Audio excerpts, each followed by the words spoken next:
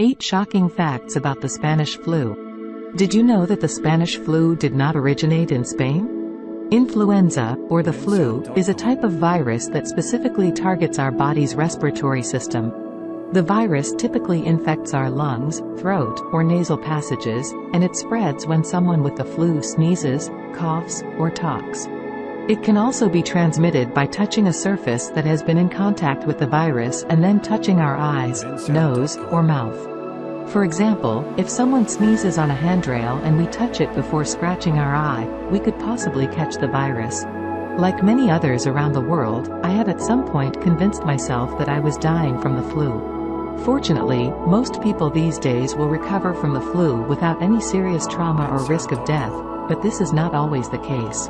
Let's take a look at one of the more deadly varieties of flu, the Spanish flu. 1. The Spanish flu was the deadliest pandemic the world has ever seen. Forget the flu you caught when you were a kid that you thought would be the end of both you and the human race. The worst flu on record is the Spanish flu, which struck the world from 1918 to 1919. The official worldwide death toll of the Spanish flu was somewhere between 20 to 50 million people, although this is possibly a severe undercalculation. It's suspected that the real numbers were around 100 million, with the additional deaths coming from regions that didn't keep medical records of the cases. If the inflated numbers are to be believed, then more than 3% of the world's population died from the Spanish flu. 2. The Spanish flu didn't even come from Spain. The Spanish flu struck in the early months of 1918, in the final year of World War I. At that time, the majority of the world's nations were censoring media to prevent any unwanted news affecting the morale of their troops. As such, these nations chose to censor any information about the new strain of flu to keep their soldiers focused on the war. Spain, being neutral in the war, had media that was free to report on whatever they wished. People came to believe that the flu came from Spain because they were the only European power that was reporting about it. The irony here is that Spanish media called it the French flu. 3. The Spanish flu had multiple waves of outbreaks. The first wave of the flu spread throughout the world in the early months of 1918 and was relatively mild. Most people who caught the Spanish flu reported very typical flu symptoms and recovered within a small number of days. There weren't all that many deaths either. The second wave hit later that year, in the beginning of the fall in the northern hemisphere. This second wave was much more deadly, possibly due to mutations in the virus.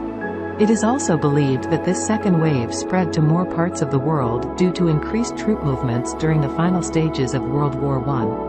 The third wave began in Australia in January 1919, and although it was considered to be just as deadly as the second wave, it didn't spread as far as the war had already ended. 4. More U.S. soldiers died from the Spanish flu than in battle. When the second wave of the Spanish flu struck the U.S., it struck hard and fast.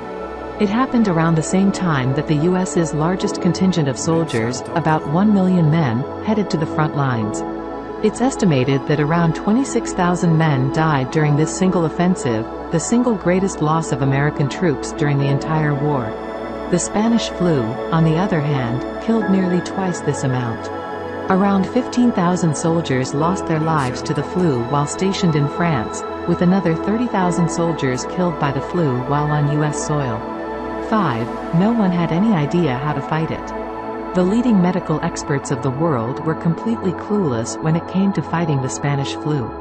With no known cure available, doctors turned to whatever they thought would help or at least alleviate the symptoms.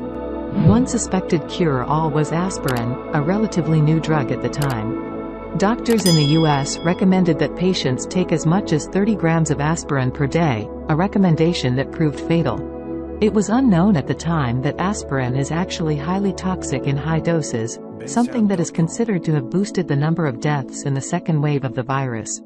Aspirin is, of course, still used today but never in doses exceeding 4 grams per day. 6. The Spanish flu affected people of all ages. Unlike the common forms of influenza, which aren't typically fatal, the Spanish flu had a significant impact on various age groups. While young children, pregnant women, those over 65, or people with specific medical conditions are usually the most affected by the flu, the Spanish flu was different. Many lives claimed by the virus were young men and women who showed no signs of pre-existing conditions that could complicate the matter. This was highly unusual, just like the Spanish flu itself. 7. Social distancing helped prevent further deaths. Throughout the U.S., many cities tried different tactics to prevent the spread of the Spanish flu, with varying degrees of success. Some cities reacted faster than others, implementing early bans on mass gatherings. Others were not as prudent and waited a few weeks after their first case to take action. Studies found that cities that imposed tight restrictions at the first onset of the virus had death rates 50% lower than those that took longer. Additionally, lifting restrictions too early led to a resurgence of the virus, while maintaining them for longer helped contain its spread. 8. Many modern strains of the flu are descendants of the Spanish flu. Despite the destruction it caused, the Spanish flu was not an incredibly rare form of the virus. Scientists have studied the genetics of the virus from samples taken from the bodies of infected individuals frozen for decades in the permafrost of Alaska. They discovered that the Spanish flu is just another variation of H1N1, the most common form of the flu found today. With the world becoming more overpopulated and increasingly globalized, the risk of pandemics rises. It's essential for us to remember the lessons taught by this pandemic, as we may face more in the future, even after COVID-19.